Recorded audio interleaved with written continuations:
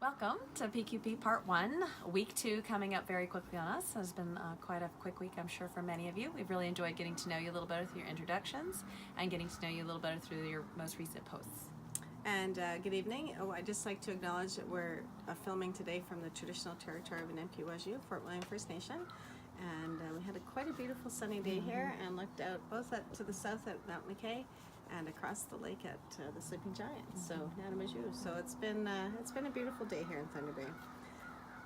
So today's, this week's video really centered around Simon Sinek's, of course, leadership is a choice, not a rank.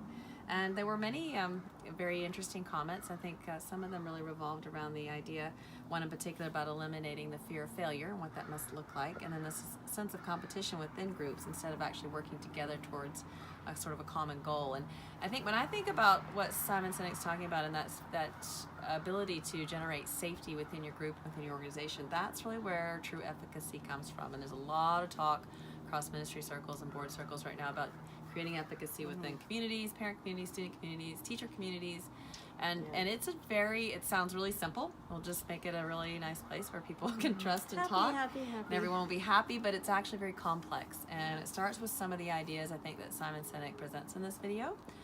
It's not meant to be an exact model for education, the military piece, but it is hopefully getting you thinking about what kinds of practices that you will do within your own organization, within your own school, that actually create that safe space. And certainly the choice and not a rank. We all know, I think we've all probably worked for leaders who inspire us and who guide and just make us want to go with them on that journey. And someone had commented that she had a leader who did all those things and maybe wasn't as great at some of the managerial operational side of things. And it's nice to be able to have both of those things. And so one of the things when I'm mentoring new principals, I always talk about getting your house in order right off the bat. So when you come into a new building, make sure things are running smoothly, make sure your processes are in place, and get that operational stuff under control before you walk into that door. And at the same time as you're helping people, make sure you're following those policies and procedures, make sure they are the right policies and procedures, because sometimes it's good to interrogate those and think, yes, this may be, but is this really what we truly need? Before you can really start interrogating practices and pedagogy and start making sort of big instructional or vision changes, the underlying organizational structure has to be there. It has to be solid. It has to be something that folks can expect and understand. And that builds a sense of trust. I mean, that to me is a big piece. And safety, because people know the rules. And, in all the years I had a chance to work with people, the teacher side or the EA side or the union side, knowing those collective agreements is really, really critical as well, because they are the framework and the rules that you follow and the teachers follow, or the whatever union group it happens to be. I think we worked with about 6. So that's another thing to actually sit down and spend some time, because knowing that allows you to operate in that space. And I would say, to me, part of that, it's that sense of fairness, I think, which leads to the equity piece. So moving on, coming up, we have just really two major areas that we want you to be spending some time with, which is the entire leadership framework.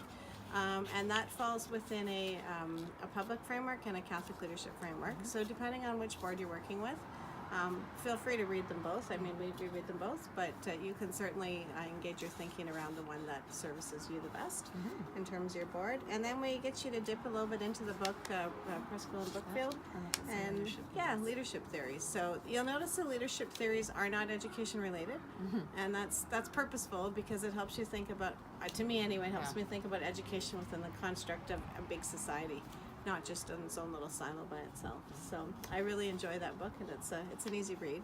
So someone had asked, do we have to read certain things by certain dates and times? No.